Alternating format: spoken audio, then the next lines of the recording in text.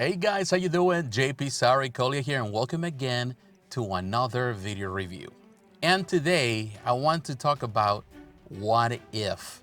For starters, let's set the foundation. When this show was announced in 2019, it was announced that AC Bradley would be involved. I did not know much about AC Bradley.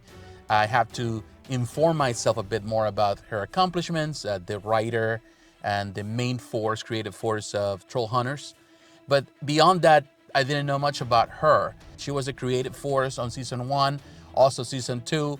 Some of the stories that were presented on season 3 were written by her, some of the best stories.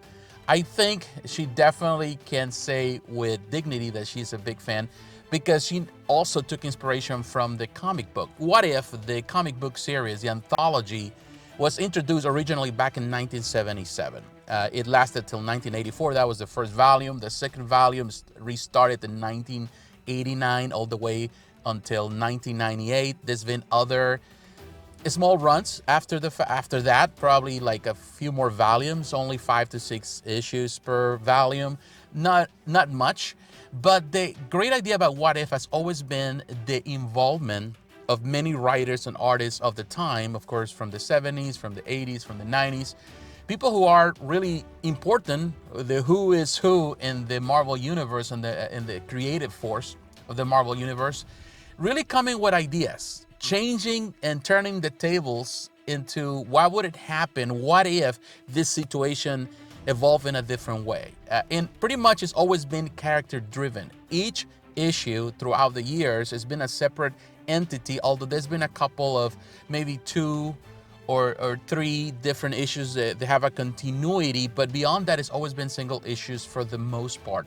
And it's always been changing the outcome. What if this situation evolve or revolve around this other situation, and what if the decision was made in this way? And it's always about the decisions that are made by our heroes or the characters in the stories, how they react in a situation was totally different. Now, the TV series centers around the MCU. Of course, it takes inspiration from the original comic book stories. If you are well versed in What If you have read the different volumes over the years, the different runs, you will notice that there are Easter eggs throughout the 3 seasons, that they are pretty much homage to the original stories written in the comic book pages.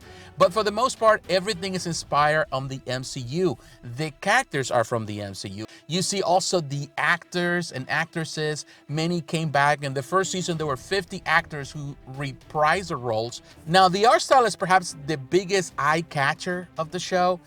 There are different studios who were involved in the production here, but the art style here is 3D animation, although it feels more like 2.5. The technique that was used here is to use 3D models and use 2D lighting.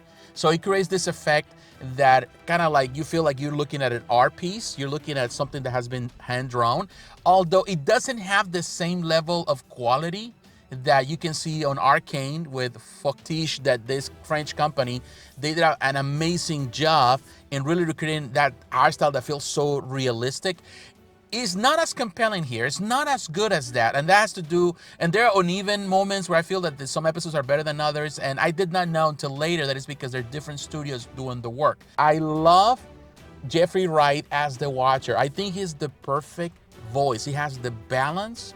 It reminds me of the Twilight Zone. He's the narrator of the story. He is definitely very compelling. His voice is perfect for the role. Of course, hearing the voices of all the actors that are reprising the roles, and the cel shading animation really gives them the persona. It looked like the actors. They did a good job in pretty much representing these actors and actresses. But besides the compelling or the interesting actors and actresses reprising the roles, what really, and the animation, of course, what makes a show compelling in the end is just the stories that are told. Season 1 was the strongest for sure. There were a lot of episodes that were super, super interesting, and they were really, really well done, not only in the animation aspect, not only on the cast, but also on the stories. They were very fitting for What If. Captain Carter becoming the first Avenger instead, of course, of Steve Rogers. That was very compelling. I like that. We also saw T'Challa becoming Star-Lord. What would happen if T'Challa is the one that was kidnapped and becomes, of course, part of the Guardians of the Galaxy? You saw Doctor Strange losing his heart instead of his hands. Doctor Strange pretty much becoming an evil force based on his own grief, personal desire to make things his way. And that was a very compelling story, and also taken from the comic book series. What If Zombies? I'm not necessarily a big fan of the Zombies Marvel storyline, but this was very compelling. A lot of people seem to love it. And another thing about the show is that it was not afraid to go on dark places. And the most compelling one, of course, is Ultron taking possession of all the gems and actually destroying the entire universe. It was better than what we saw in Captain America, Civil War, and all that nonsense that we saw over there in the MCU that actually wasn't as compelling. Here we finally have Ultron and Vision becoming the important characters that they are actually in the comic book. It was a very powerful moment. I think that was the highlight for me of season 1. Now, this is the thing. Season 2 took a deep dive. I was so hoping for season 2 to be good.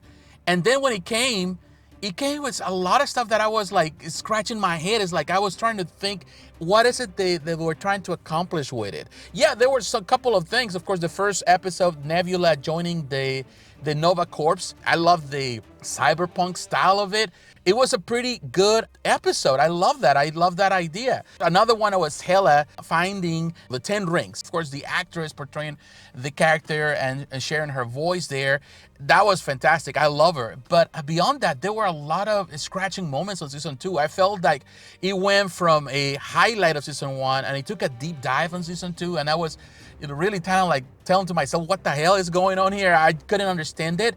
Although there were some highlights, the art was good. There were some good moments and some action moments, but I felt that it was losing steam. And then, of course, we got season 3, where I felt that there were compelling moments more than season 2, but I felt that he took a complete 360 and he turned character-driven stories into plot-driven story. They already have a plan, and they have a pretty much an idea and a story that was following each episode. And to me, that was completely off from what If has always been about. Now, that doesn't mean that there were not compelling moments on season 3, because there were a couple episodes there that they were really good, in my opinion, that I personally enjoy. I did like the team up between the Winter Soldier and the Red Guardian. I think that was a very funny episode, but also very compelling. I like the action. It was pretty good. Also, a lot of people didn't like this episode, but I was okay with it. Howard the Duck hitching with Darcy. That was, funny, but there was a lot of funny moments. But at the same time, it was not necessary to be part of this story. Like, that's another thing a lot of people were saying. A lot of characters that didn't deserve to be on the spotlight, they were put on the spotlight. And some episodes were wasted into trying to bring characters and creating characters that were only created for this particular show. Kahori, for example, this young Mohawk Native American, he has a full episode on season 2, and she becomes an important part of season 3 in the end, part of the final team of the season 3 and the finale of the show. And to me, that was unnecessary because, this character, it's not the reason why you come to see What If. It's not a Marvel character. It's not an MCU character. It's a character that was created for the show. And to me, that was a big flop. Even though I care for representation as everyone else, and I support representation, I also believe that the studios or companies shouldn't just go on the pandering route every single time just for inclusion purposes. Also, Birdie, that's the daughter of Howard the Duck and Darcy, which there was no introduction to the character. All we knew, she was born and she was part of the finale. And I was like, why are we bringing characters that in the end have no weight and people are not interested on? Yes, they enhance Captain Carter. And to be honest with you, Captain Carter is a cool character, but not necessarily a central point for me, for Marvel Universe, for the MCU. And I felt that they gave her so much time. She's the one that spent most of the time on the show. She got more episodes for season 1, season 2, season 3. And in the end, she was the central focal point of everything. In conclusion, I'm telling you, I could go on and on with this. I could just tell you everything that I dislike about the show. The things that I like were there, but mostly a lot of the things that I'm going to remember are the things that I dislike. And it's how this many characters in the end were relegated to give room to characters that nobody cares about, or characters that they're just new. This was more damage control after the Jonathan Majors debacle and the scrap of the Kang Dynasty, the storyline that they were trying to accomplish. And it felt that at the beginning, the first season, it was going in the right direction. It was going places. And then season 2 and season 3, it became more of an after effect of whatever was happening, whatever it was wrong with the MCU and the Marvel Cinematic Universe at that moment. And I perhaps one of the reasons why AC Bradley moved away from the project on season 3, she left on season 2. And I felt that the main force, the writing force there was removed in order to give room to whatever they were trying to do. I felt that in the end, it was, again, quality control. They were trying to clean the act, and they sacrificed so much, and they rushed everything on season 3 to just finalize it. And to me, that was a big, big disappointment. So if I gotta, honestly, after everything, it went from character-driven to plot-driven, everything was squandered to trying to arrange things and trying to self-promote characters that are bringing movies or TV shows in the future that people are not really even interested on. So ultimately, if I have to give a final score to this, and I will tell you exactly how I feel about the whole thing, to me, it's a 7 out of 10. And that is because I'm being gracious about it, and that is because the season 1 elevated the show. Season 1 alone is 8.5. Now, season 2 was a 6. It dropped drastically. And season 3 was, a 6.5. So ultimately, if you do the math, it's a 7. But it's because only season 1 really held this on a higher level. Everything else was squandered the ideas and ultimately changed the concept of what if. So much could have been given here. So much potential. Even some episodes I was really eager to do, like Shang-Chi with the Hawkeye girl. I was really looking forward to that.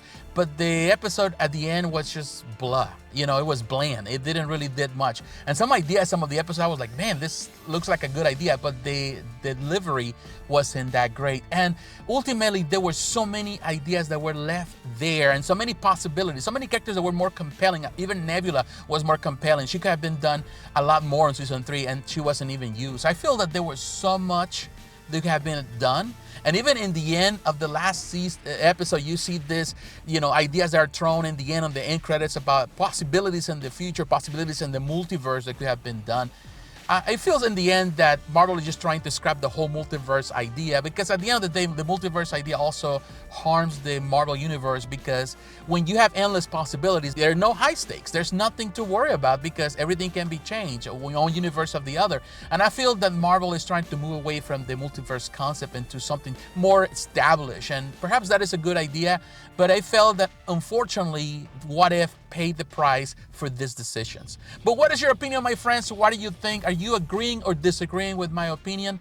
Let me know in the comments below. Yeah, I was disappointed. I felt that a lot more could have been done, but ultimately, they just dropped the ball big time on the final season, actually on the last 2 seasons.